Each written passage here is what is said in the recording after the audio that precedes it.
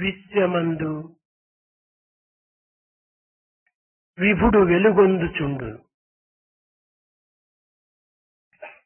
విభునియందు విశ్వమెలుగుచుండు.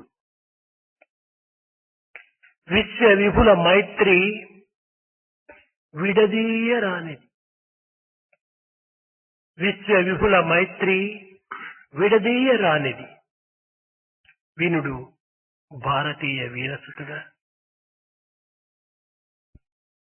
The Lord will be shining resplendent in the world, and world also shines resplendently in the Lord.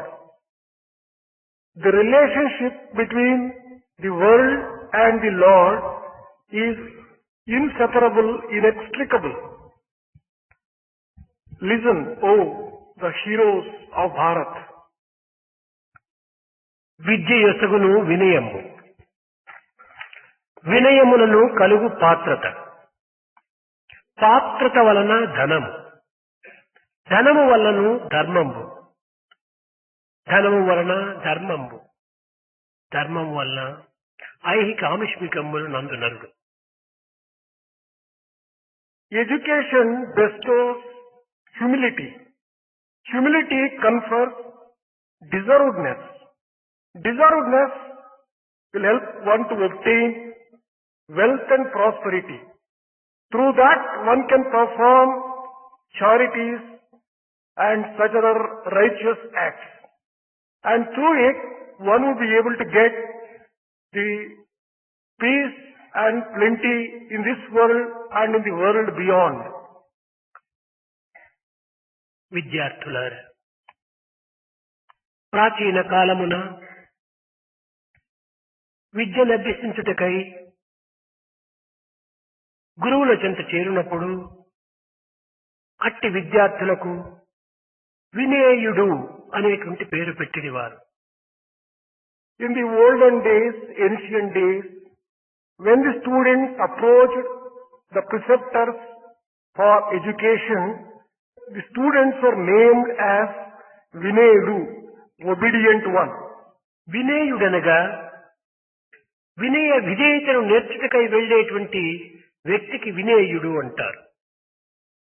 Vineyu actually means the one who has gone to learn obedience and humility.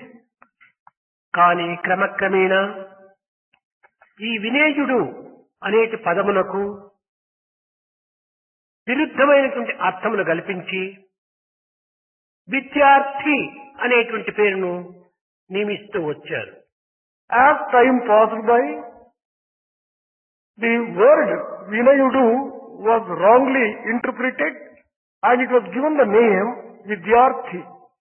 విద్యార్థి అనగా విజ్ఞాన సముపార్జితము చేసేటువంటి వాడు. Vidyarthi refers to a person who is seeking science and wisdom. అనగా విద్యను నేర్చేటువంటి వాడు అని. One who is learning education. వినయ విధేయత నుండి విద్యకు దిగజారిపోయింది. From the heights of humility and obedience, there was a fall to Vidyarthi, seeking only education. కానీ ఇప్పుడు విద్యార్థి దశ నుండి కేవలం విషయార్థిగా మారిపోతూ వస్తున్నాడు ఈ వ్యక్తి. There is a further deterioration in the approach of the student. Even from seeking education and learning, he is seeking only the Vishayas, various objects. అనగా విద్య యొక్క జ్ఞానము కేవలం శాస్త్ర జ్ఞానమని, అనుభవ జ్ఞానమని, వివేక జ్ఞానమని, లౌకిక జ్ఞానమని 4 విధములుగా విభజిస్తూ వచ్చారు. The education was classified into 4 types. Shastra Gnana, knowledge of scriptures; Anubhava Gnana, knowledge obtained by experience; and Loka Gnana, knowledge of the world. వివేక జ్ఞానం. Viveka Gnana, knowledge of wisdom or discrimination. ఈ శాస్త్ర జ్ఞానం అనేటువంటిదే ఇప్పుడు రసాయ జ్ఞానము, పదార్థ జ్ఞానము, వృక్ష జ్ఞానము, జీవ జ్ఞానము This Shastra Gnana may be explained in terms of the modern terminology, physics, chemistry, botany and zoology. ఇది విషయాలకు సంబంధించినటువంటిది. All these relate to the objects of the world. కనుకనే విద్యార్థి నుండి విషయార్థికి దిగజారిపోయింది. Thus, there is a fall or a deterioration from seeking real education to seeking knowledge of the objects of the world. ఈనాటి విద్యార్థికి విద్య అంటే ఏమిటో అనేటువంటి ఒక విషయాన్ని కూడాను విస్మరిస్తూ పోతున్నాడు. Today's student is giving up understanding the correct meaning of education. శాస్త్ర జ్ఞానముతో పాటు ప్రతి వ్యక్తి కూడాను అనుభవ జ్ఞానాన్ని సంపాదించాలి. Along with the knowledge of science, one has to acquire the knowledge obtained by experience. అనుభవ జ్ఞానంగా లేనటువంటి విద్య కానీ వివేకం కానీ లోకములకు ఏమాత్రం కూడాను ఉపయోగించవు. Whatever type of education and wisdom one is seeking, it would not be useful to the world if it is not based upon experience. అనుభవ జ్ఞానము మానవులకు ఎంత ప్రధానమో, just as the knowledge obtained by experience is very important for man, దానిని జగత్తునందు అనుభవరీతిగా అనగా స్వరూపరీతిగా అందించినటువంటి యొక్క విజ్ఞానం కూడాను అనగా వివేక జ్ఞానం కూడాను మానవునికి అంత అవసరం. to the same extent, knowledge obtained by experience based upon discrimination is equally important. ఈ వివేకం అనేటువంటి దానికి విద్యకు కొంత విరుద్ధమైనటువంటి సంబంధం ఉన్నది. This discrimination may differ from the worldly education. వివేకం లేని విద్య, విచక్షణ లేని జ్ఞానము మానవుని రాణింపచేయదు. Man will not shine with education devoid of discrimination and wisdom devoid of the discretion. వివేకం వేరు, విద్య వేరు. There is a difference between viveka, that is discrimination, and vidya, education. వివేకం అనగా మంచి చెడ్డలకు మధ్య ఉండినటువంటి వ్యత్యాసము. Vivekam or discrimination refers to the capacity to distinguish between good from bad. సుఖ దుఃఖములకు మధ్య ఉన్నటువంటి వ్యత్యాసము. The difference that exists between joy and sorrow. సత్యాసత్యములకు మధ్య ఉన్నటువంటి వ్యత్యాసములు. The difference that exists between the truth and untruth. గుర్తించుటే వివేకము అని.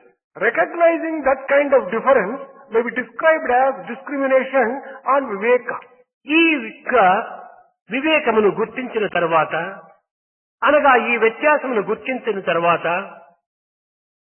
after recognizing the type of distinction between the two things, దేనికి ఎప్పుడు ఎక్కడ ఎట్లా దానికి తగినటువంటి యొక్క ముఖ్యత్వం ఇవ్వాలి అనేటువంటి యొక్క విచారణను శక్తి సామర్థ్యములతో విచారించడమే విజ్ఞత.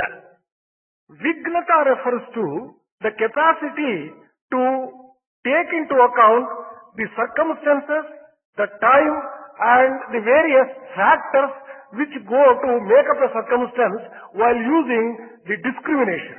ఏ వస్తువునకు ఏ ప్రదేశమున ఏ కాలమున ఏ విధమైనటువంటి ప్రాముఖ్యత ఇవ్వాలి అనేటువంటి యొక్క విషయాన్ని విచారించి కొంత దాన్ని నిర్ణయించేటువంటి శక్తికి విజ్ఞత అని పేరు.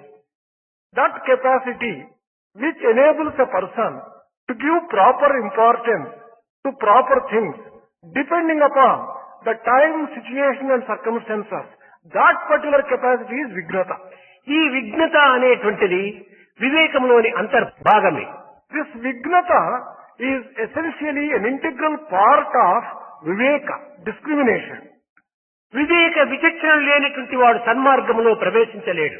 A person who is devoid of viveka and vichakshana can never take the right path.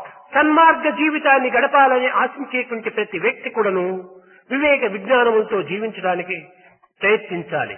Every person who wants to follow the right path and path of righteousness must understand Viveka and Vignata. వివేకం లేనటువంటి విద్యలు కేవలము ఒక విచక్షణను కూడాను చూపలేవు.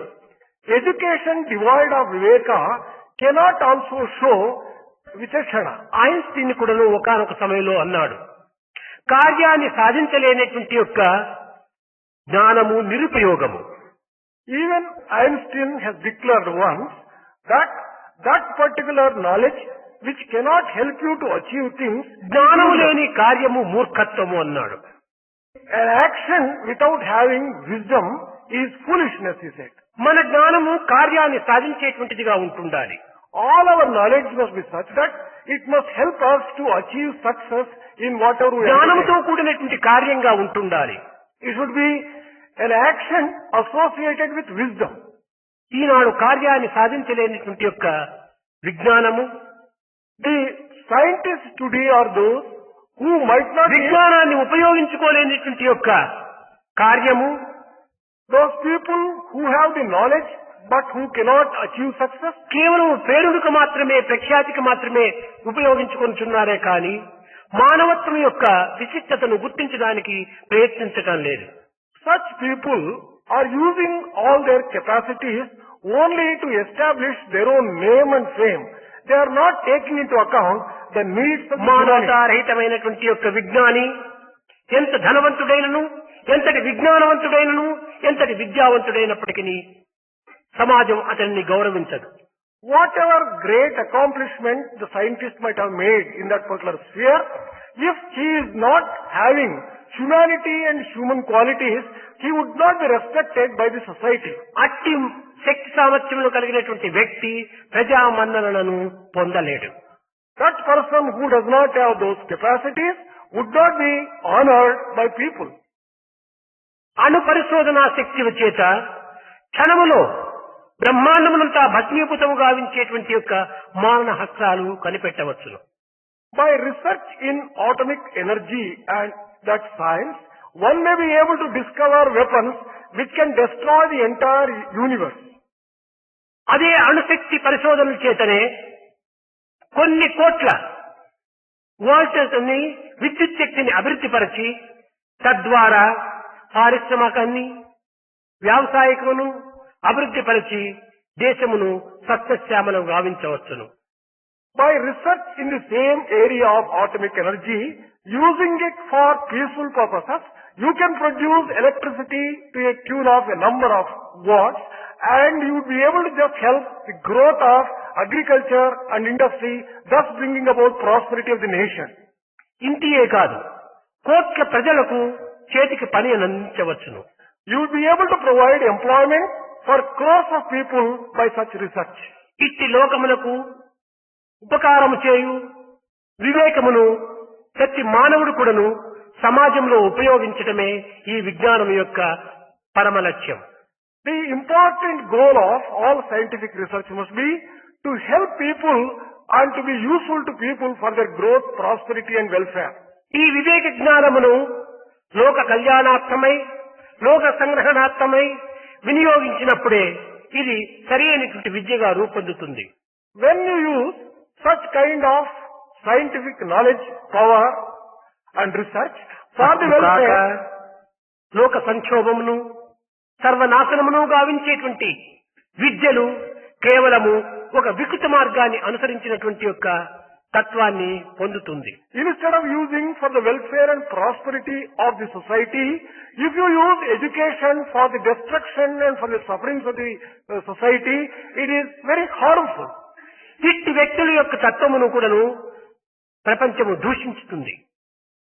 The philosophy and all the work relating to such destructive work by people will be criticized by the society at large. ఇట్టి శక్తిని దుర్వినియోగపరుచుకునేటువంటి వ్యక్తులను లోక కంఠకులను కూడాను నిందిస్తుంది. The world will criticize such people as people who have brought the world to harm if they use it for the destructive purposes. నిజముగా మనం నేర్చినటువంటి విద్యలు మన సమాజమునకు, మన తోటి మానవులకు తగినటువంటి యొక్క సహకారాన్ని, సహాయమును, మంచిని చేకూర్చేటువంటివిగా రూపొందాలి. We should develop education and learning in such a way that it is useful for the fellow beings and for the society. ఈ స్వార్థ పదార్థములను కూడా పెంచి యథార్థమైనటువంటి యొక్క రూపాన్ని నిరూపించేటువంటివిగా ఉండాలి.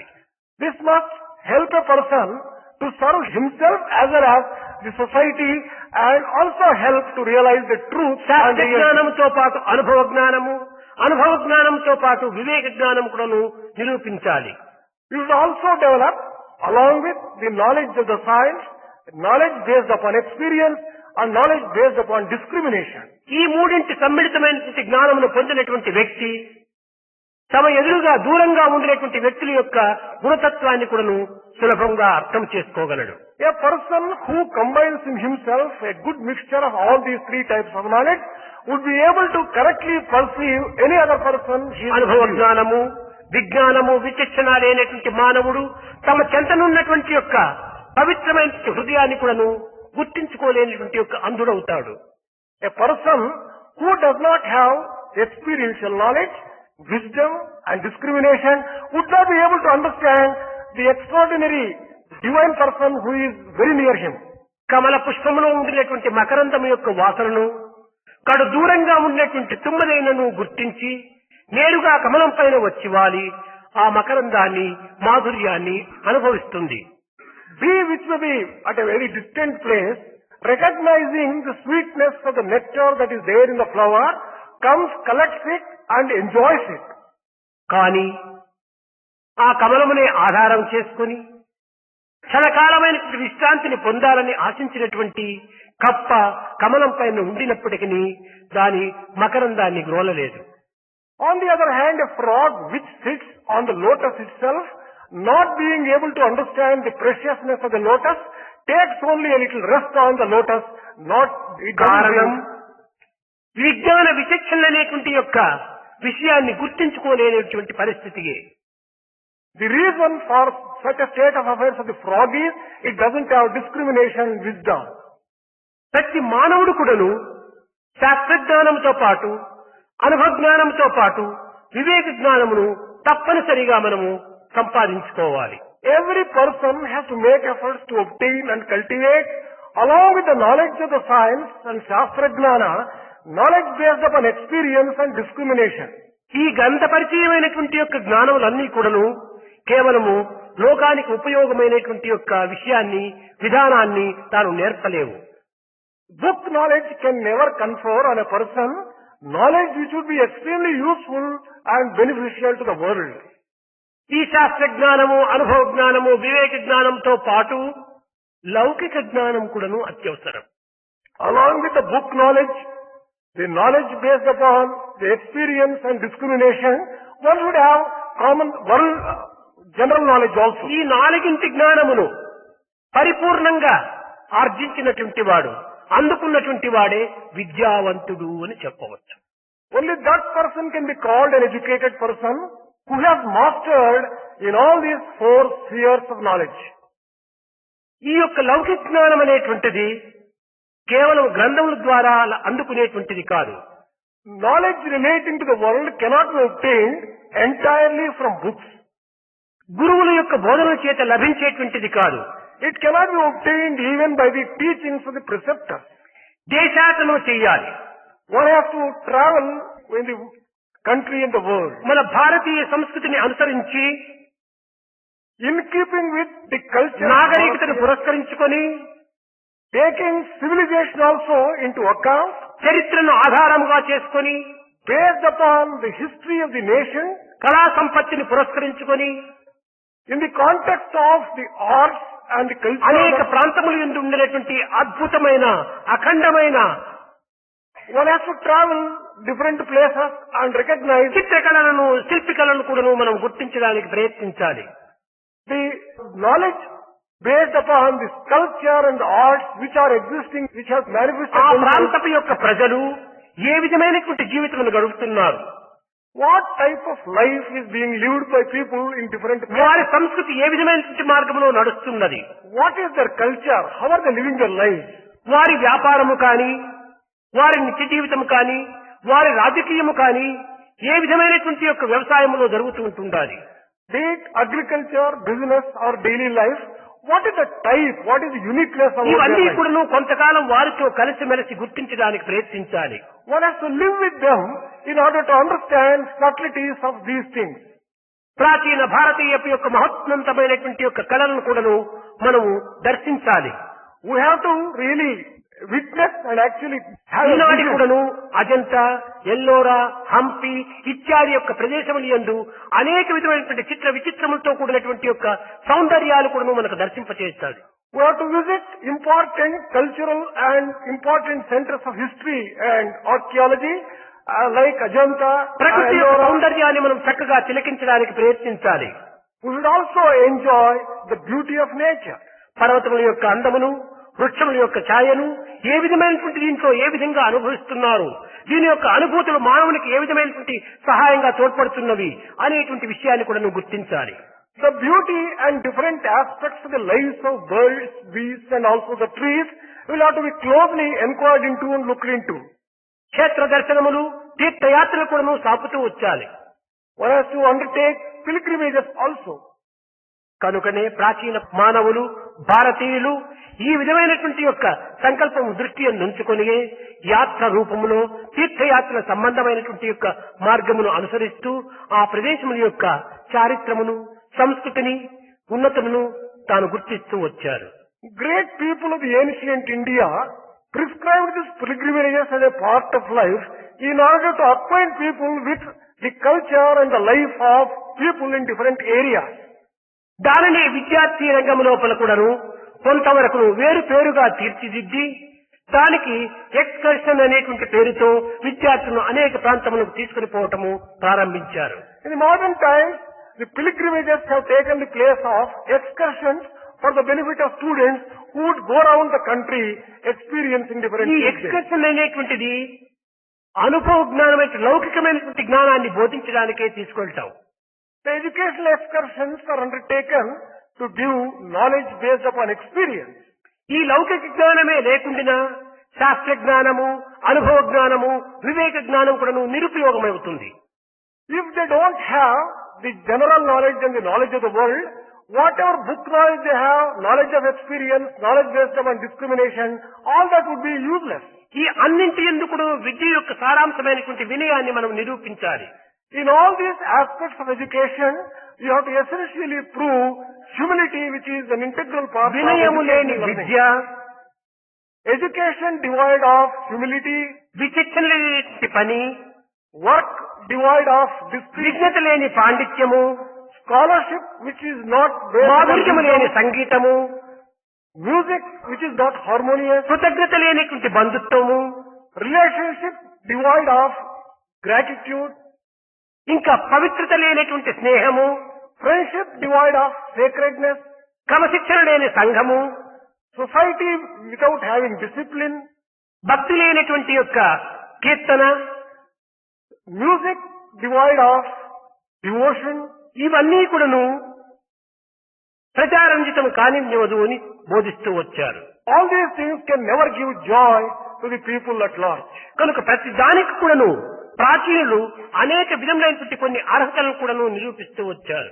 It is in this context our ancient ones prescribed various rules and regulations. ఈనాటి ఈ అర్హతలంతా కూడాను తమ ఇష్ట అయిష్టముల పైన నిరూపిస్తూ వస్తున్నారు. Today, the deservedness is decided based upon their own likes and dislikes. నీవు చేసినా నేను చేసినా ఎవరు చేసినప్పటికీ తప్పు తప్పే, మంచి మంచి. Whether you have committed a mistake or I have committed a mistake. A mistake is a mistake. ఇలాంటి సమర్థ భావంతో న్యాయమును నిరూపించేటువంటి యొక్క విద్యను మనం అభ్యసించాలి. We have to learn education which will be free from all types of partiality. కొందరు పరదేశీయులు కావచ్చును, కొందరు స్వదేశీయులు కావచ్చును. Some people may be foreigners, a few may be our own nationals. స్వదేశీయులైనా పరదేశీయులైనప్పటికీ మానవత్వం ఒక్కటే. Whether they belong to another nation or our own nation, a human being is a human being after ఈ all. మంచి చెడ్డల యొక్క వ్యత్యాసంను గుర్తింపజేసుకునేటువంటి విద్యను మనం అభ్యసించాలి. We have to learn education which can distinguish good from bad. కానీ మనకి ఇష్టమే ఉండినా ఎంతటి కష్టములైనా ఎంతటి నష్టములైనా అవి సుఖములుగానే ఇష్టములుగానే మనం భావిస్తాం.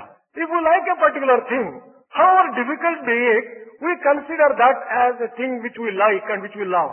మనకు ఇష్టమే లేకుండినా ఎంత మంచినైనా ఎంత పవిత్రతనైనా కూడాను మనం కష్టంగానే అనుభవిస్తాము. Even if it is a good thing, if we really don't like it, we consider that as unsacred. ఇది విద్య యొక్క వికృతి మార్గము. This is a crooked way of the... విద్య యందు ఈ విధమైన యొక్క వికృతిని ఏమాత్రం కూడా మనం అభివృద్ధి పరచరాదు. We should never develop that kind of crooked way of thinking in education. దేశాభిమానం ఉండవచ్చును, One may have patriotism. దేహాభిమానం ఉండవచ్చును, One may love one's own body. కానీ అభిమానం ఉండినంత మాత్రమున ఒప్పును తప్పుగా మనం భావించరాదు. Just because of the patriotism or attachment to the body, we should not misinterpret good as bad and bad as good. కనుక ఈ national character అనేటువంటి దాంట్లోపల ఈ సమత్వాన్ని మనం చక్కగా అభివృద్ధి పరచుకోవాలి. We have to develop this kind of equal-mindedness and impartial outlook in the national దీనికి character. కొన్ని ఉదాహరణములు. A few examples to illustrate this. పూర్వము స్వతంత్రము రాకపూర్వము భారతదేశమునందు విదేశీయులు పరిపాలన జరుపుతుండేటువంటిది. Before we got independence, foreigners used to rule Bharat. అప్పుడు దేశ రక్షణకై 30,000 మంది సైన్యాన్ని సిపాయిలను నియమిస్తూ వచ్చారు. At that point of time, during those days, there were only 30,000 people for the defense ఇంత of the పెద్ద country. రాజ్యమునకు 30,000 మంది మాత్రమే సిపాయిలను నియమించారు. For the defense of such a vast land as Bharat, there were only 30,000 30,000 people. మందితోనే ఈ రాజ్యాన్నంతా కూడా control అనగా అదుపులో పెట్టి సరైనటువంటి స్థితిలో నడిపిస్తూ వచ్చారు. With the help of only 30,000 people, they had complete control of the ఈ vast area. 30,000 మంది సిపాయిలకు 50 లక్షలు అనగా 50 కోట్లు ధనమును వ్యయం చేస్తూ వచ్చారు బ్రిటిష్ వారు. Britishers spent 50 crores of rupees money on these 30,000 people. అప్పుడు దేశాభిమానులైనటువంటి భారతీయులు బ్రిటిష్ వారిని నిందిస్తూ వచ్చారు. During those days, Indians, they criticized the Britishers. ఈ డిఫెన్స్ పేరు పైన 50 కోట్లు ఖర్చు పెడుతున్నారు, భారతదేశాన్ని దోచుకుంటున్నారు, భారతదేశాన్ని ఒక బీదరికంగా రూపొందింపజేస్తున్నారు అని విమర్శిస్తూ వచ్చారు. The criticism was like this, that they are spending 50 crores of rupees, they are plundering, they are wasting, they are making the country poor country. దీనికి కారణం ఏమిటి? విదేశీయులు వచ్చి మన దేశంలో పరిపాలన చేస్తున్నారనేటువంటి దేశం పైన పుట్టినటువంటి ఒక భేదములే. This criticism was emanating from hatred of the fact that it was being ruled by కానీ foreigners. ఈ 40 సంవత్సరాల లోపల స్వతంత్రం వచ్చిన తరువాత మన భారతదేశాన్ని సంరక్షించుకునే నిమిత్తమై 15,000 లక్షల మంది సిపాయిలు నియమించారు. After independence, within the course of 40 years, we have 15 lakhs of soldiers for the defense of the country. 30 లక్షలు ఉండినటువంటి సిపాయిల నుంచి 15,000 లక్షల సిపాయిల వరకు మార్చారు మన వారు. From 30,000 people, this has gone up to 15 lakhs of soldiers. ఈ 15,000 లక్షల మంది సిపాయిలకంతా కూడాను ఇప్పుడు 12,000 కోట్లు అనగా 12,000 కోట్లు ఖర్చు పెడుతున్నారు డిఫెన్స్ లోపల. The defense budget today is 12,000 crores of rupees on 15,000 lakhs of people. అప్పుడు 50,000 కోట్లు మాత్రమే. During those days, it was only 50 50 crores. 50 crores only. కానీ ఈనాడు చూస్తే ఇంత లక్షలు ఇన్ని కోట్లంతా కూడా ఖర్చు పెడుతున్నారంటే ఈనాడు మనం పెట్టేటువంటిది ఇది న్యాయం అనుకుంటున్నాం, వారు పెట్టింది అన్యాయం అనుకుంటున్నాం. While they were spending only 50 crores of rupees, we are spending 12,000 crores of rupees. But we justify spending 12,000 crores of rupees now. But అంతవరకు మనం పోనక్కర్లేదు. మెడ్రాసు, కేరళ, ఆంధ్ర మూడు చేరినటువంటిది మెడ్రాస్ స్టేట్ గా ఉండేటువంటిది. the undivided Madras state consisted of the present Madras, Tamil Nadu, Kerala and Andhra. ఇంత పెద్ద అనగా విశాఖపట్నం మొదలు కన్యాకుమారి వరకు కూడాను ఒకే రాజ్యంగా ఉండేటువంటిది. From Visakhapatnam to Kanyakumari, there was only one state. 5,000 మంది పోలీసులు ఉండేటువంటి వారు. The entire state had only 5,000 policemen. ఈనాడు కొన్ని వేల మంది పోలీసులుగా అయిపోయారు. Today, a few thousands of policemen are there. ఇంత పోలీస్ కంతా చేరి ఒకే IGP. For the entire state then, there was only one IGP. ఇప్పుడు ఒక్కొక్క స్టేట్ కంతా కూడాను 15-16 మంది ఐజీపీలు తయారయ్యారు. For each one of the three states today, there are 15 to 16 IGPs. ఒక్క స్టేట్కే అనగా ఈ 3 స్టేట్లకు చేరి ఒక్క ఐజీపీగా ఉంటే ఈనాడు ఒక్కొక్క స్టేట్కు 12 మంది 14 మంది ఐజీపీలు. ఇది ఎంత ఖర్చుగా ఉంటుంటాయి. While in the earlier days, there was only one IGP for the entire undivided Madras state. Today, for each one of the states, there are 12 or 14 IGPs. కనుకనే ఈనాడు భారతదేశం అప్పుల పాలైపోతుంటున్నది. That is the reason why India is incurring such huge ఖర్చు debt. అధికము, ఆదాయం తక్కువ. There is excessive expenditure and there is less of income. 12,000 కోట్లు ఒక్క defence కు మాత్రమే ఖర్చు పెడుతున్నారు. Today, 12,000 crores of rupees is spent only on the defense of the country. ఇంకా 10,000 కోట్లు అనేటువంటిది అప్పుకు వడ్డీగా చెల్లిస్తున్నారు.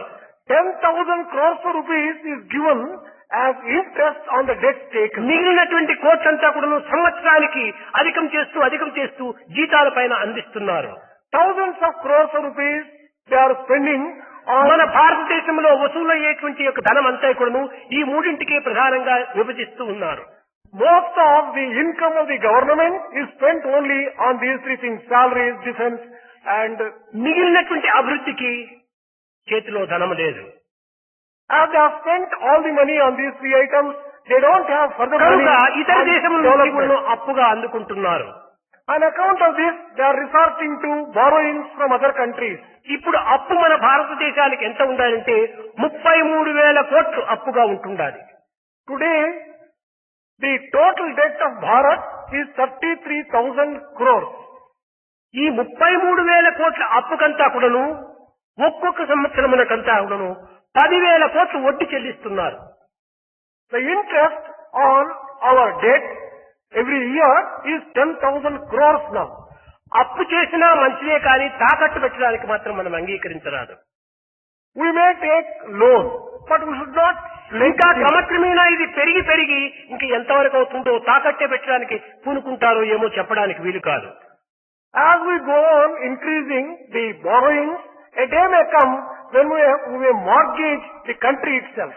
పూర్వం ఒక చిన్న ఉదాహరణ మీకు అందరికీ తెలుసును. Here is a small example.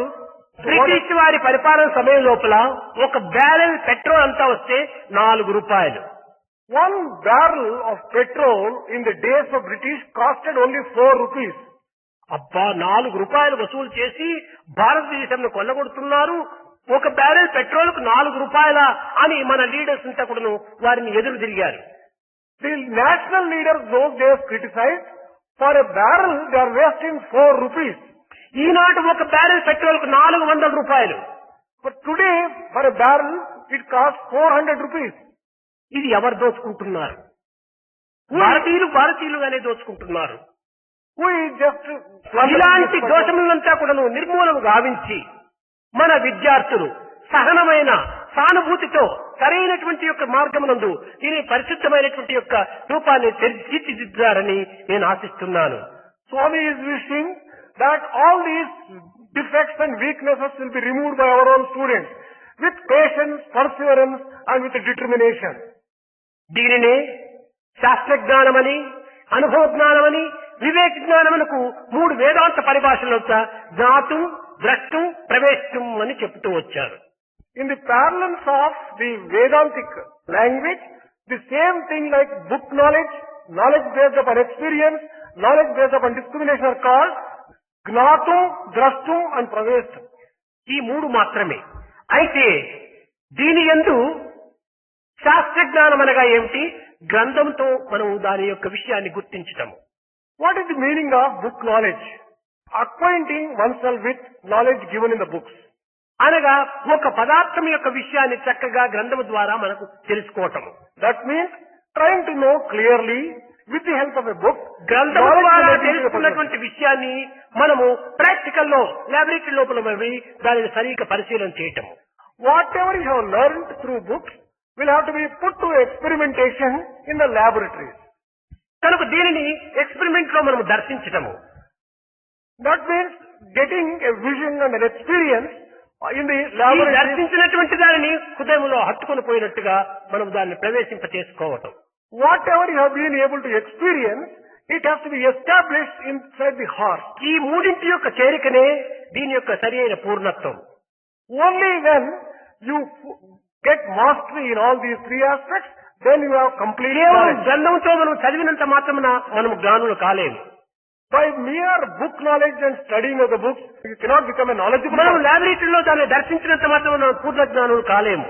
By merely experiencing in the experiments, you would not be able to get complete దర్శించినటువంటి knowledge. దానిని హృదయంలో చేర్చుకోవాలి.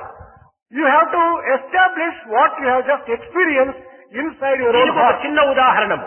One small example to illustrate this. నీకు ఒక ఫలం పైన చాలా ఇష్టంగా ఉంటాది. You have like a particular fruit. ఈ ఫలములు మార్కెట్కు వచ్చినాయి అని ఎవరో నీకు ఫ్రెండ్స్ వచ్చి చెప్పారు. Your friend has informed you that that fruit has arrived in the market. ఇది కేవలం ఒక శాస్త్ర జ్ఞానం అనగా వినికిడి చేత తెలిసినటువంటి విషయం.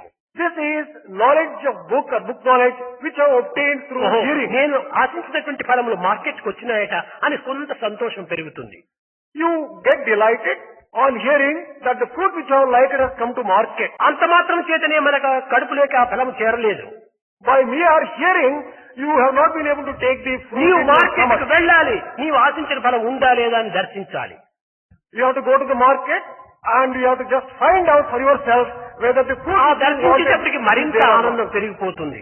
When you just look at the fruit which you wanted, ఆనందం you are పెరిగింది కానీ delighted. ఆహారంగా చేరలేదు. By increased delight, it has not become food for you as it. దానిని డబ్బిచ్చి కొనుక్కొని దాన్ని భుజించాలి.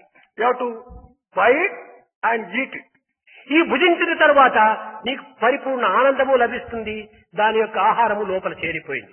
Once you have partaken the fruit, you have taken the food inside the stomach, it gives you joy. and వినటం also జ్ఞాతం, చూడటం ద్రష్టం, తినటం ప్రవేశం. hearing is gnatum, to know it. And drashtum, that is seeing it, having a look at the fruit. Praveshtum is eating it. అప్పుడే ఈ పరిపూర్ణత్వం ఆ ఫలము యొక్క పరిపూర్ణత్వాన్ని అనుభవించిన వాడు అవుతాడు.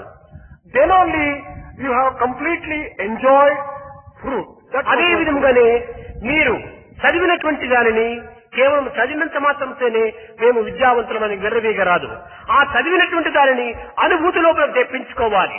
అనుభూతిలో తెప్పించుకున్నటువంటి దాన్ని ఆనందంతో మనం దాన్ని అనుభవించి ఇతరులకు అందించాలి. In the same way, by merely reading the books, you cannot claim that you know the whole thing. You have to experience it. After you experience it, you have to establish in your heart and share it with others.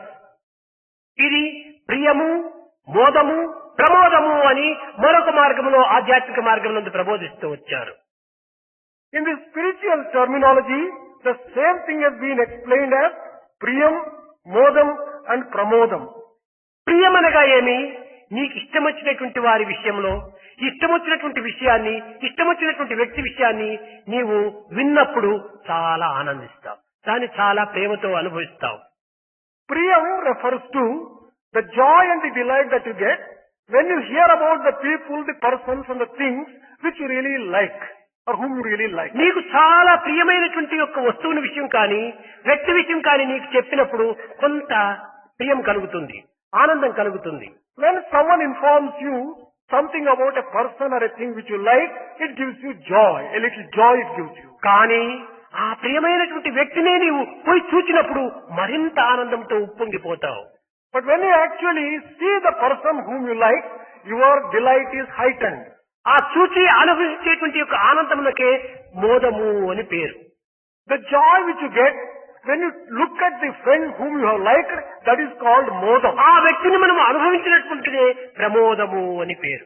When you really experience the company of that particular friend, then that is called నీకు pramodam. ఇష్టం వచ్చినటువంటి యొక్క వ్యక్తిని మాత్రమే నీవు చింతిస్తూ ఉంచినంత మాత్రమున ఇది నీ యొక్క పూర్ణానందమును అనుభవించలేవు. You would not be getting complete delight by merely thinking of the person whom you like. ఆ వ్యక్తిని మనం సమీపించాలి. You have to go near him. సమీపించిన వ్యక్తితో మనం చేరిపోవాలి. You have to merge into him.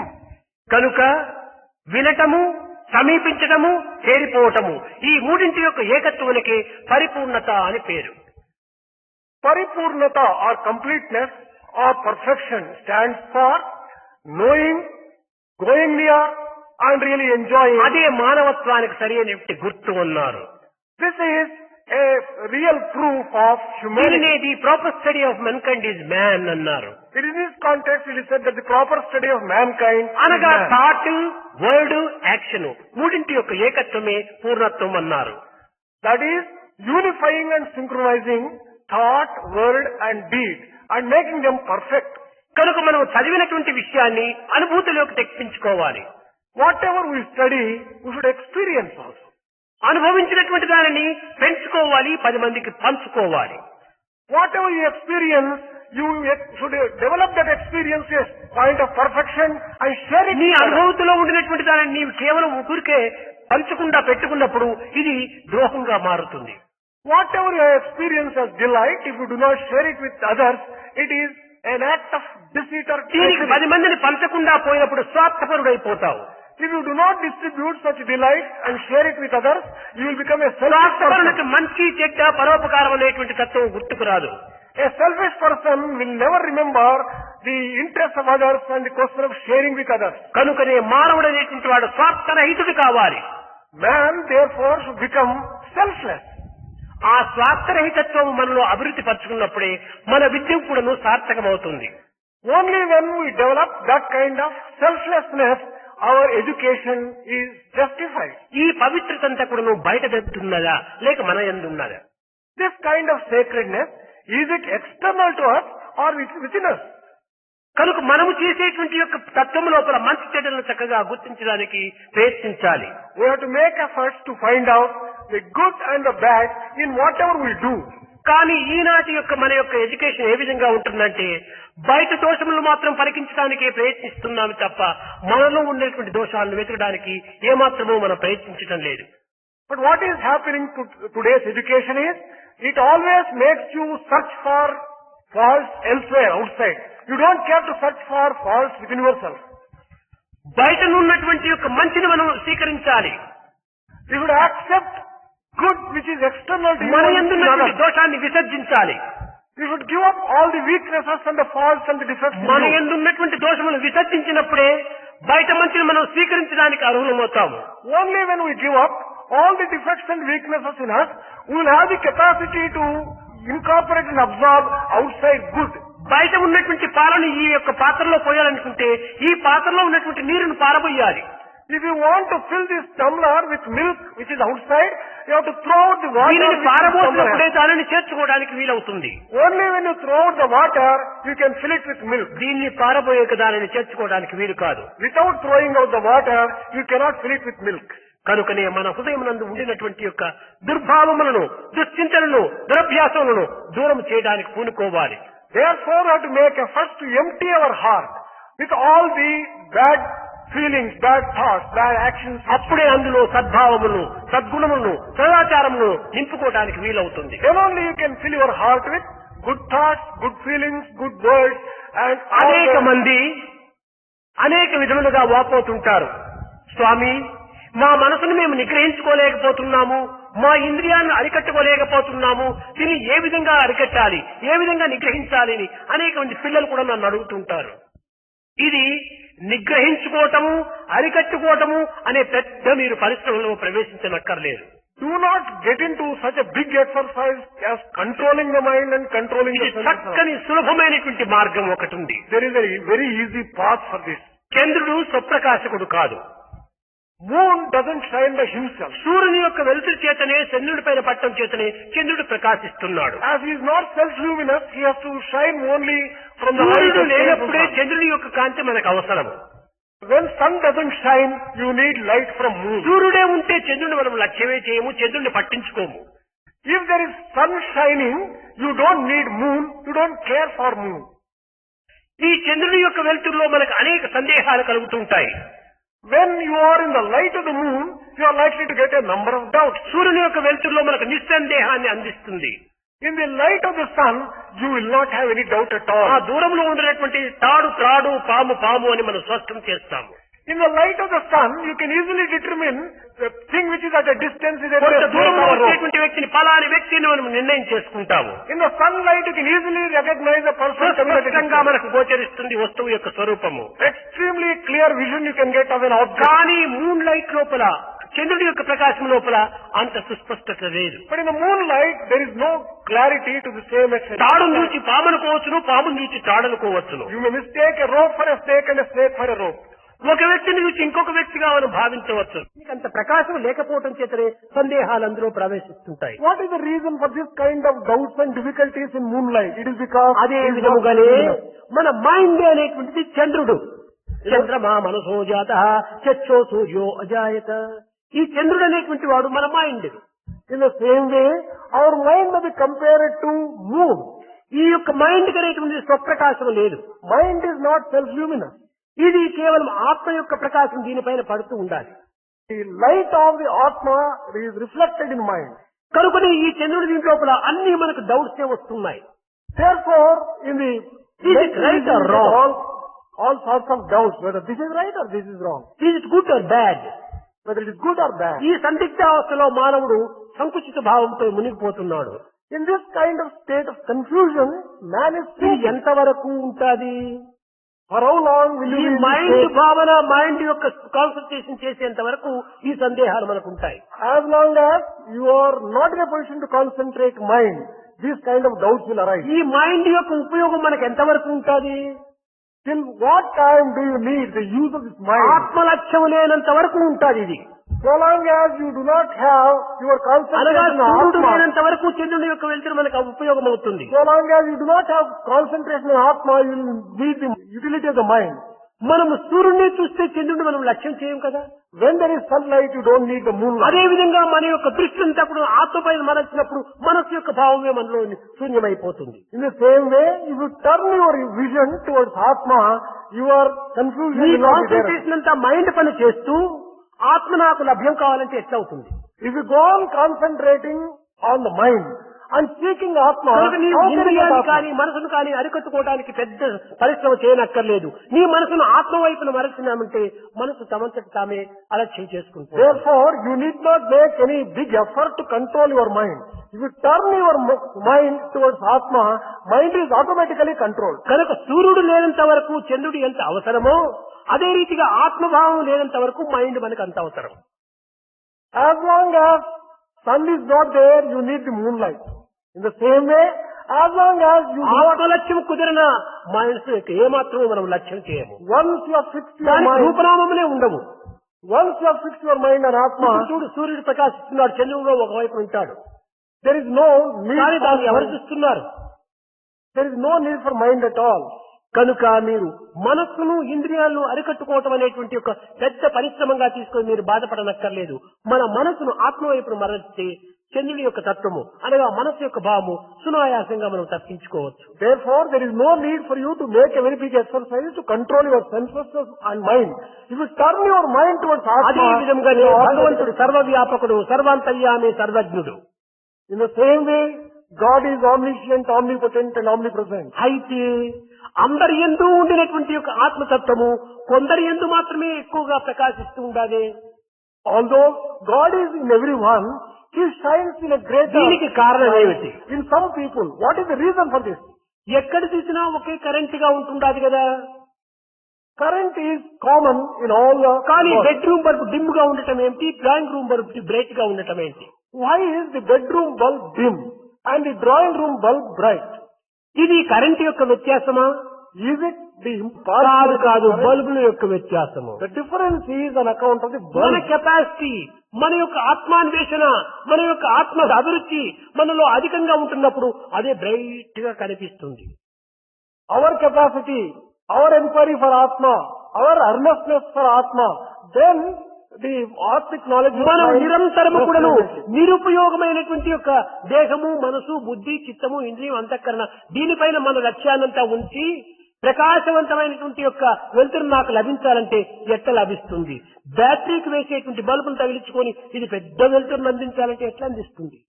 But continuously we are going on concentrating only on the body, mind and such other useless things. How can you get real resplendent joy arising out of శాస్త్రము Atma? నిషేధించినటువంటి దానిని మనము అనుసరిస్తూ వస్తున్నాము. We are following things prohibited by Shastra. శాస్త్రము మనస్సును, బుద్ధిని, చిత్తమును, ఇంద్రియమును, అంతఃకరణను నిషేధించింది.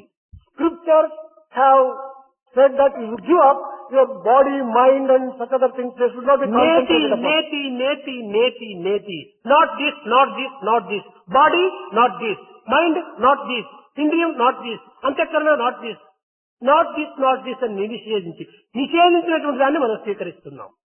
Scriptures have denied the body, the mind, the intelligence, the chitta and all these things. But we are giving all ఇవన్నీ ఆత్మ importance to యొక్క ఉపాధులు. these are all only the dresses of Atma. కనుక ఈ ఉపాధులను మనం ఆధారంగా తీసుకున్నాము.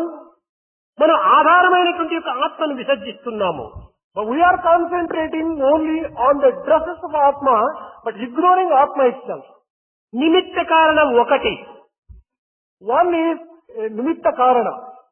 నిమిత్త కారణం అనగా The actual meaning of Nimitta Karana is ఒకదాన్ని ఆధారం చేసుకొని తద్వారా మనం ఆ యొక్క రూపాన్ని మనము అభివృద్ధి చేయాలి. Nimitta Karana refers to the method employed. ఉపాధాన కారణం మరొకటి. Upadhana Karana is another one. ఉపాధాన కారణం అనేటువంటిది ఒక మట్టి ఉపాధాన కారణము. Upadhana Karana refers to, for example, there is mud. దాన్ని మనం ఆధారంగా చేసుకొని ఒక కుండ, చట్టి మనం చేస్తున్నాము. Based upon the mud, we prepare various types of vessels. ఈ పాటు, ప్లేటు ఇవన్నీ కూడాను నిమిత్త కారణాలు. This pot and plate are merely Nimitta Karana. ఉపాధాన కారణం మట్టి. The mud is Upadhana Karana. ఈ పాత్ర ఎందు కూడాను మట్టి ఉంటుండాలి. Even in this vessel also there is the same mud. అనగా ఏమిటి? నిమిత్త కారణంలో కూడాను ఉపాధాన కారణం ఉంటుండాలి. Even in Nimitta Karana also there is Upadhana Karana. ఆ యొక్క ఉపాధాన కారణం ఆధారంగా తీసుకున్నప్పుడే మానవత్వం అనేటువంటిది సంపూర్ణమైనటువంటి దివ్యత్వాన్ని పొందుతుంది. The humanity can find its fulfillment and its perfection only when it is based upon the real basis on which it is built. ఉపాధాన కారణమును విడిచి నిమిత్త కారణం ఉండలేదు. Nimitta Karana cannot survive. నిమిత్తాన్నైనా వదిలిపెట్టి ఉపాదానం ఉండవచ్చు కానీ ఉపాదానం మాత్రం వదిలి నిమిత్తం ఉండడానికి వీలు కాదు.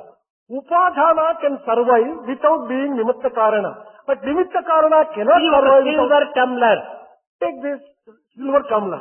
ఈ సిల్వర్ టంబ్లర్ కు ఉపాదాన కారణం సిల్వర్.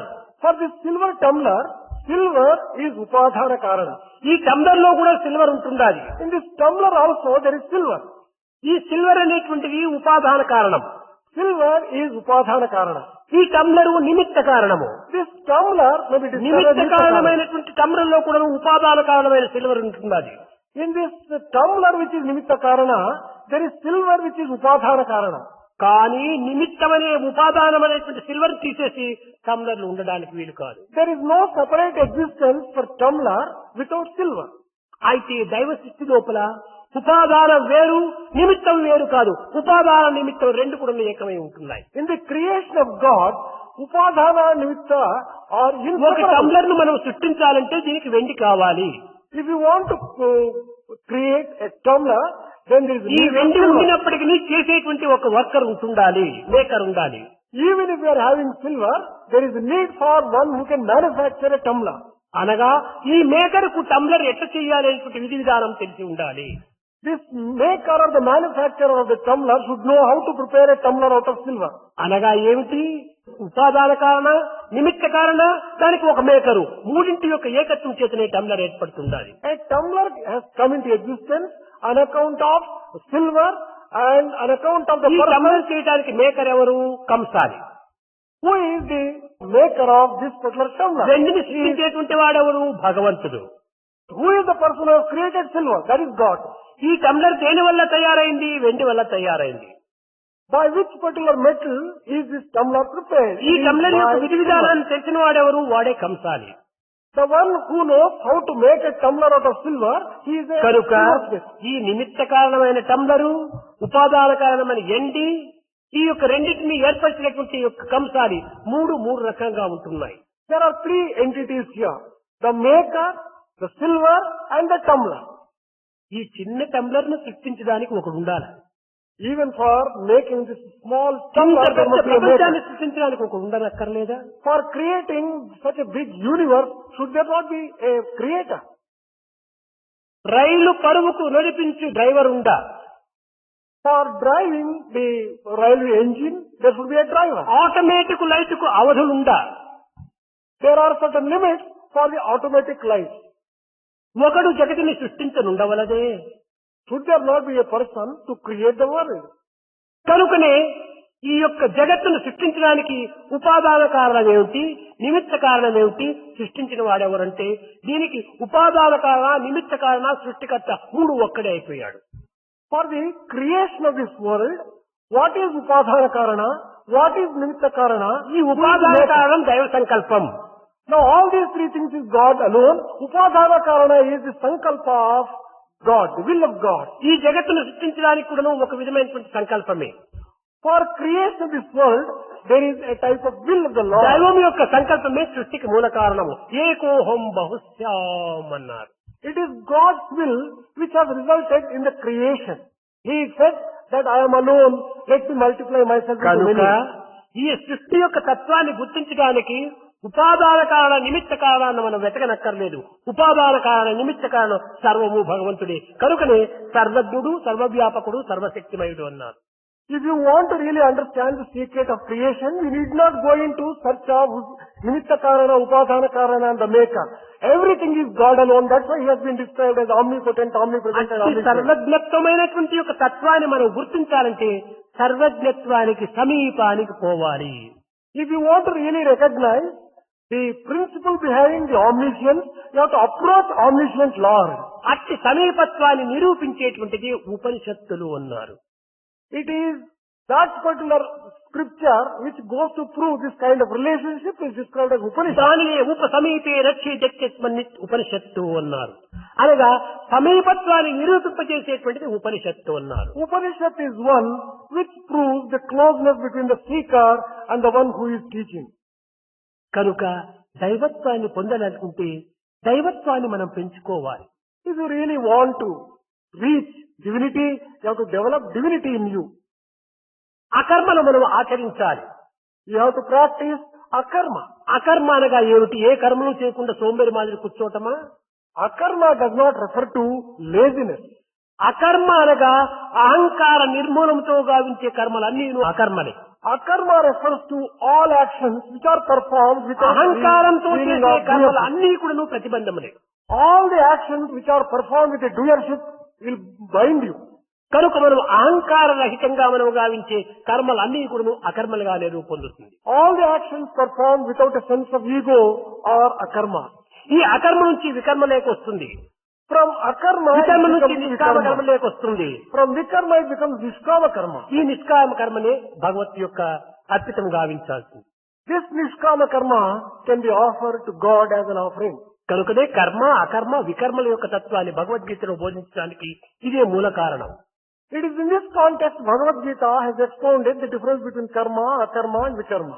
కనుక మనము ఏ సబ్జెక్ట్ ని మనం చదువుతున్నామో, ఒక కెమిస్ట్రీ అనుకోండి, ఒక ఫిజిక్స్ అనుకోండి, బాటనీ అనుకోండి, జియాలజీ అనుకోండి, దేన్నైనా కూడా మనం దాని సక్రమమైన మార్గంలో వ్యాప్తి గావించుకుంటూ పోవాలి. Whatever subject you are studying, be it chemistry, physics, botany or zoology, you have to develop and తక్కువ understand the proper ఖర్చుతో way. ఎక్కువ ఉపయోగాన్ని మనం నిరూపించాలి. With a small expenditure, we should be able to just prove a lot of ఈ utility. రెండింటినీ మనం అభివృద్ధి పరచుకోవాలంటే individual character, national character ను పెంచుకోవాలి. Along with this, you have to develop a new individual character and national character. నా దేహము నాకెంత ప్రధానమో నా దేశము నాకంత ఆధారము. Just as my body is very important for me, my country is the very best. నా కన్న తల్లి నాకు ఎంత ప్రధానమో నన్ను జన్మమిచ్చినటువంటి నా దేశం కూడాను అంత ఆధారము. Just as my parents are very important for me, my country is the very basis for my existence. లంక నుంచి వెనుకకు వచ్చే సమయం లోపల లక్ష్మణుడు పాదములు పట్టుకొని ప్రార్థిస్తాడు రాములను. While coming back from Lanka, Lakshmana held the feet of Rama and prayed to Rama, him. ఎక్కడైనా భరతుడు నీ పాదములు తీసుకుని పోయాడు. అయోధ్య పరిపాలన చేస్తూనే ఉంటున్నాడు. కానీ మనం వెళ్ళినప్పటికీ నీ తండ్రి ఆజ్ఞ మనం పాటించక తప్పదు. కనుక అక్కడికి వెళ్ళినప్పటికీ మనం ఏదో చేతులు కట్టుకొని కూర్చోవాలి భరతుని దగ్గర. Well, Rama, Bharata has taken your Paduka and he will be ruling Ayodhya. Even when we go, we have to just be obedient to Bharata. ఈ లంకాపట్టణం చూస్తే చాలా వైభవంగా ఉంటుండాలి. When you look at Lanka, this is a highly సువర్ణమయంతో prosperous nation. చేరినటువంటిది. It is in a, ధనకనక వస్తువానాదులకు ఎట్టి లోపములు లేవు. it is full of all prosperity, gold, diamonds, and all విభీషణుడు precious. జామవంతుడు వీళ్ళందరూ కూడా తమ పాదక్రాంతులై ఉంటున్నారు. Vibhishana and everyone else is prepared to కనుక accept లంకనే the నీవు law. పరిపాలన చేయవచ్చును కదా, అయోధ్యకి ఎందుకు పోవటం అన్నాడు. Why not we rule the Lanka itself? Why should we go to Ayodhya, he asked. జననీ జన్మభూమించే స్వర్గాధిపి గరియేసి అన్నాడు రాములు. Rama, జననీ జన్మభూమస్య, నా కన్న తల్లి నా కన్న దేశము స్వర్గము కట్టి మించినటువంటివి అన్నాడు. Rama declared, my mother and my motherland are superior and greater than even heaven itself. నాయన నీ తల్లి కురిపి కావచ్చును, Your mother may be ugly. నీవు చూస్తున్నటువంటి వ్యక్తి చాలా అందమైనటువంటి వారుగాను పుష్టికంగాను ఆనందంగా ఉండేటువంటి వారుగా ఉండవచ్చును. Who may be beautiful and who may be prosperous and in కానీ every way. బయట అందాన్ని చూచి బయట సౌభాగ్యాన్ని చూచి నీ కన్నతల్లిని నువ్వు దూరం చేసుకుంటావా?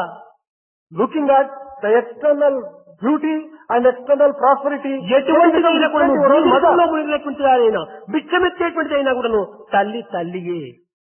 She may be an ugly woman. She may be even a beggar. But mother is mother. నా భారతదేశం వేరే దేశం కావచ్చు, My Bharat may be a poor country. దాని సరైనటువంటి సౌభాగ్యం తీర్చిదిద్దేవారు లేకపోవచ్చును. There might not be people who do not know how to develop లంకాపట్టణం మంచి prosperity. సౌభాగ్యంతో సౌందర్యంగా ఉండవచ్చును. Lanka may be a beautiful and a prosperous nation. కానీ నా తల్లి నా భారతదేశమే. But my motherland is Bharat itself. లంక నాకేనాటికి నా తల్లి కానేరదు. Lanka can never become my mother or ఇంత motherland. విశ్వాసంగా రాముడు లక్ష్మణుడికి బోధించాడు. With that firm faith, Rama taught అదే Lakshmana. రామనీతి. That is the niti or the అదే moral taught ధర్మశాస్త్రము. by Rama. అదే ధర్మశాస్త్రము. That is Dharma అదే Shastra. రామరాజ్యము. That is Rama కనుక Rajya. దేశం యొక్క అభిమానాన్ని, Love of the motherland. దేశం యొక్క ప్రేమను Love of the motherland. మనం అభివృద్ధి పరచుకోవాలి. We have to develop. అదే నిజమైనటువంటి జాతీయ character. That is National real character. national character. ఈ నేషనల్ క్యారెక్టర్ మనకు ఉండినప్పుడే మనం వ్యక్తియుక్తమైన క్యారెక్టర్ కూడా పెంచుకోవచ్చు. Only when we have that kind of national character. మనం ఏ రంగంలో we can have ప్రవేశించినప్పటికీ, individual నైతిక భౌతిక ధార్మిక ఆధ్యాత్మిక లౌకిక వైజ్ఞానిక ఏ రంగంలో ప్రవేశించినప్పటికీ మనం ఈ రెండు శక్తులను మాత్రము రెండు నేత్రములుగా మనము అభివృద్ధి పరచుకోవాలి. character. In whichever field of activity we may enter, be it the worldly activity, political, economic or industrial, any activity, we should consider these two విద్యార్థులారా, eyes. ధనము ప్రధానము కాదు, గుణము ఆధారము. Students, money is not important. The basis is virtue. దైవాన్ని సంతోషపెట్టేటువంటి గుణాన్ని మీరు పెంచుకోండి. Develop those qualities which can దైవాన్ని please the Lord. సంతృప్తిపరిచేటువంటి యొక్క భావాలను మీరు పెంచుకోండి. Develop such feelings which can please the Lord. సర్వులు ఎందు ఉన్నటువంటి దైవత్వాన్ని మీరు గుర్తించడానికి ప్రయత్నించండి. Try to recognize the divinity which is existing in everyone. దైవం సంతృప్తి పడినా జగత్తంతా సంతృప్తి పడుతుంది. If God is pleased, the entire world is pleased with you. కనుకనే దైవానికి విరుద్ధమైన ఈ జగత్తంతా నీకు విరుద్ధమే. If you become enemy to or opposite to the ఒక చిన్న Lord, ఉదాహరణము, నేను ఒక అబ్బాయి దగ్గర వచ్చి ఈ అబ్బాయి చాలా మంచివాడు అని చెప్పని ఇంకా రేపటి నుంచి అందరూ కూడా అతన్ని పొగుడుతూ వస్తారు. చాలా మంచివాడు, చాలా మంచివాడు, చాలా మంచివాడు. one small example. When Swami calls a person and just says, what a nice person he is, from that moment onwards everyone goes on bye saying, rowdy అని నేనేమైనా అన్నా ఇంకా అందరూ పిల్లలు మొదలుకొని పెద్దవాళ్ళు వాడు ఒక రౌడీ రౌడీ రౌడీ రౌడీ వాడిని హీనంగా చూస్తారు. if Swami calls a person as a rowdy, be it a small person or a elderly one, everyone will call him a rowdy, rowdy. కనుకనే rowdy. దైవానికి కొంచెం కించిత్తు కూడా అయిపోతుగా దేశమంతా నిన్ను కించిత్తుగా చూస్తుంది. Suppose God considers you as a small person, everyone will look down upon you. కనుకనే ఒక భక్తుడు చెప్పాడు, It is in this context one devotee declared, నీవాడనైతే లోకమాత, నేను లోకమందు లోకు అవుదు లోకమాత. నీకే నేను కాకపోతే లోకానికంతా కూడా నేను హీనమైపోతాను తల్లి లోకమాత అని ప్రార్థించాడు. Oh mother of the world, universal mother, if I do not become dear to you, I can never become dear to ఇక్కవచ్చు anyone. చెడ్డ పనులన్నిదే నిమ్ము ఈశ్వరుండు సృజించినాడ, తెచ్చుకొని చేతులారా తెలివి ఇంకానైనా మీరు సత్యదట హరి భజన చేయండి. Has God created you and given you the hands to do all sorts of things according to your own whims and fancy? మనం చేతులు ఇచ్చినదంతా కూడా ఏదో అన్నిటినీ పని చేయటం కోసం కాదు, దైవాన్ని స్మరించటం కోసము, దైవాన్ని భజించటం కోసము. Hands to ఇతరులు ఎవరైనా మంచి చెప్తే హాయిగా సంతోషంగా క్లాప్స్ వేయటం కోసమని. Hands have been given not to do anything that you want, but to worship God and to do bhajan and to adore God. కనుకనే మన యొక్క ప్రతి అంగమును కూడాను పరమాత్మ ప్రీత్యార్థంగా భావించుకొని దాన్ని సార్థకం చేసుకునేటువంటి పవిత్ర వ్యక్తులుగా మీరు తయారు కావాలి. You have to become such sacred souls who understand the good use of ఈ all the 4 limbs of the రకమైనటువంటి body. యొక్క శాస్త్ర జ్ఞానము, అనుభవ జ్ఞానము, వివేక జ్ఞానము, లౌకిక జ్ఞానము అన్ని కూడా మనకు ఉంటుండాలి. You should have all the 4 types of knowledge: book knowledge, experiential knowledge, knowledge based upon discrimination, knowledge of the world, general knowledge. ఈ 4 యొక్క ఏకత్వం అయినప్పుడే నీవు విద్యావంతుడవుతావు. You can be called an educated person only when you have in you all these 4. లేకపోతే కేవలం ఏదో ఒకటి పొట్టకూటి నిమిత్తమై ఒక సబ్జెక్టును స్పెషలైజ్ చేసుకొని ఏదో నీ జీవితాన్ని గడుపుకోవటం మాత్రమే. Otherwise, you may be specializing only in one particular small area for the sake of eating your life. అంతా కూడాను ఆదర్శవంతమైనటువంటి విద్యార్థులుగా తయారు కావాలి. Our institute students should become ideal. ఏ దాంట్లో కూడా ఎవరు ప్రశ్నించినప్పటికీ తక్కనేటువంటి దీంట్లో మనం జవాబు చెప్పేటువంటి వారుగా ఉండాలి. We should develop such capacities to answer any question put by any person. ఆ ఆకర్షణ శక్తి మనలో ఉండాలి. We should have that capacity and that అదే power of దైవత్వం. that power of attraction is divinity itself. ఇప్పుడు చూడండి, ఒక స్వామి ఉంటున్నాడు, కానీ ఎన్ని దేశముల వారు, ఏ ఏ ప్రాంతముల వారు అందరూ వచ్చి ఇక్కడ పడుతున్నారంటే వాళ్ళకి ఇన్విటేషన్ పంపిస్తున్నామా, అడ్వర్టైజ్ చేస్తున్నామా? ఏమి లేదు. ఆ ఆకర్షణ శక్తి, ఆ పవిత్రమైనటువంటి ఒక దివ్యత్వమే వారిని అన్నిటినీ ఆకర్షిస్తుంది. Here is Swami. If Swami has been able to attract people from so many countries of the world, is it on account of invitation, etc.? దైవత్వం సర్వత్రా ఉండినప్పటికీ ఒక్కొక్క స్థానంలో మాత్రమే అది ప్రత్యేకమైనటువంటి ఒక దీనిని పొందుతూ ఉంటుంది. It is on account of the divine attraction which has been able to do it. Kashi గొప్ప క్షేత్రము, తిరుపతి గొప్ప క్షేత్రము, శ్రీరంగం గొప్ప క్షేత్రము అని అనేకంగా మనం చెప్పుకోవచ్చును. బద్రి, అమర్నాథ్, కేదార్నాథ్ ఇవంతా పవిత్ర క్షేత్రాలని. ఈ క్షేత్రంలోనేటువంటిది కేవలము స్థల మహత్యంతో వచ్చినటువంటివి కాదు, మన గుణ మహత్యంతో పెంచినటువంటివి. Divinity is all pervasive, but still it manifests itself in certain forms and in certain places. Take for example any pilgrimage center like Kashi, Badri, Kedarnath, any of them. It is not on account of the importance of the place. అన్ని క్షేత్రములు కూడా మన యొక్క హృదయంలోనే ఉంటున్నాయి. All these pilgrim centers are present in our own body. వాటిని మనం అభివృద్ధి గావించుకునే నిమిత్తమై ఈ బహిర్ముఖమైనటువంటి యొక్క స్థానములంతా మనం దర్శిస్తూ వస్తున్నాం. We have to develop those very centers in our own body. In order to develop in our own body, పొదలో కనిపించేటువంటి యొక్క పిట్ట చేతిలో ఉన్న పట్టినటువంటి పిట్టనే. bird in the bush is the same bird which is in the hand. కానీ కొంతమంది అజ్ఞానులు, అవివేకులు కూడాను పొదలో కనిపించేటువంటి పిట్టను చూసి చేతిలో ఉన్న పిట్టను వదిలిపెడుతున్నారు. But some foolish ones, ignorant ones, they are letting the bird in the hand go, concentrating on the bird. వదిలిపెడుతున్నాము. The one which you can get very easily, you are Kamala letting it పుష్పంలో go. ఉన్నటువంటి మకరంతాన్ని మాత్రమే తుమ్మెద కొరుతుండాలి. The bee always aspires to have తన the రుచి nectar in అది. the lotus. కప్ప రుచి అది కాదు, ఎంతసేపైనా నీళ్లలో ఉండి ఈదాడుతుండాలి. కనుక ఈ యొక్క తామర పుష్పమైన కొద్దిసేపు కూర్చొని రెస్ట్ తీసుకుందాము అని తాను పుష్పం పైన ఎగురుతూ ఉంటాడు. On the other hand, a frog jumps onto the lotus only to take a little rest there on the lotus. కానీ తుమ్మెదకు rest ఎరగదు. But bee does not know what rest is. కప్ప తీపి ఎరగదు.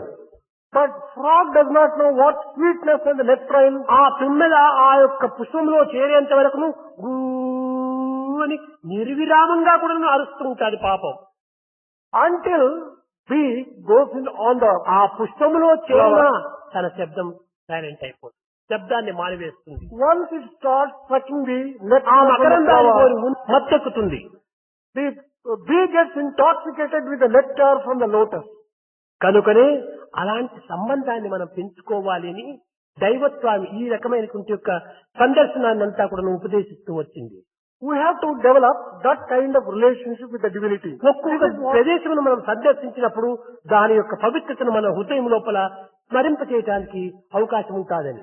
Whenever you visit different pilgrim centers, you can imbibe and develop within yourself all those sacred ఎక్కడ qualities. చూసినా కానీ reflection of the inner being, లోపలి యొక్క పరితత్వమే, Wherever you see, it is only the reflection లోపలి of your యొక్క own energy. పరితాపమే, All the లోపల యొక్క పరివర్తనే, transformation that takes place inside you. అది ఏ పరాభక్తి అన్నారు. This is real parabhakti. అదే అనన్య భక్తి అన్నారు. Same thing is called ananya bhakti. అదే స్వాధ్యాయ భక్తి అన్నారు. The same thing is also called swadhyaya bhakti. తన తత్వాన్ని తాను గుర్తించుకొని వర్తించుకునేటువంటి యొక్క యథార్థమైనటువంటి మార్గాన్ని మనం గుర్తించాలి. We have to develop that particular path which will help us to realize our own reality. అందుకోసమనే గోపికలు ప్రార్థిస్తూ వచ్చారు కృష్ణుణ్ణి.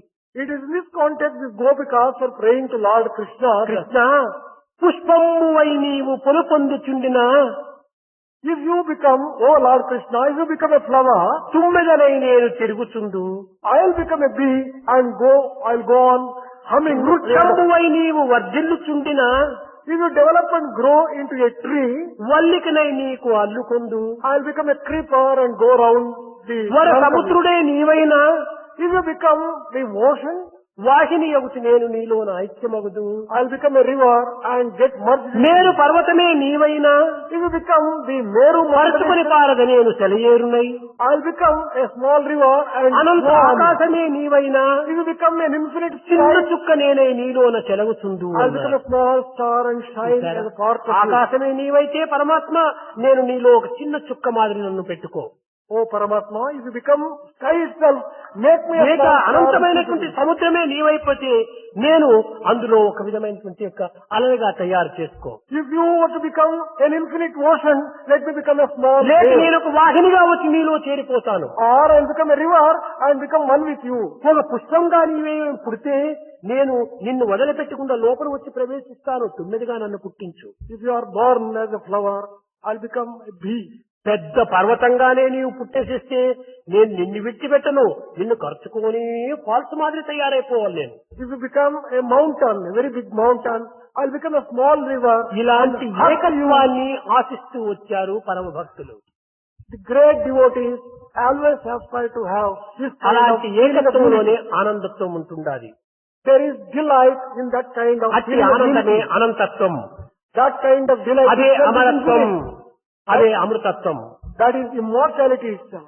అలాంటి అమృతత్వాన్ని అనంతత్వాన్ని మనం అనుభవించి పరులకు అందించడానికి ప్రయత్నించాలని నేను ఆశిస్తూ ఆశీర్వదిస్తూ మీ విద్యా విధానాన్ని ఒక విధమైన అనుభూతిలోకి తెప్పించుకొని, అనుభూతి నుంచి వివేకంలోకి మార్చుకొని, వివేకం నుంచి లౌకికమైన జగత్తులో అందరి కూడా అందించడానికి ప్రయత్నించాలని నేను ఆశిస్తూ ఆశీర్వదిస్తూ నా ప్రసంగాన్ని విరమిస్తున్నాను.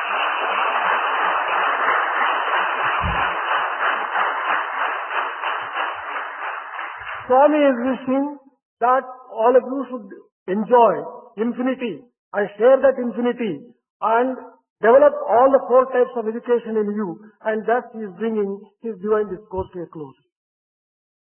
భవ భయ హరణ వందిత చరణ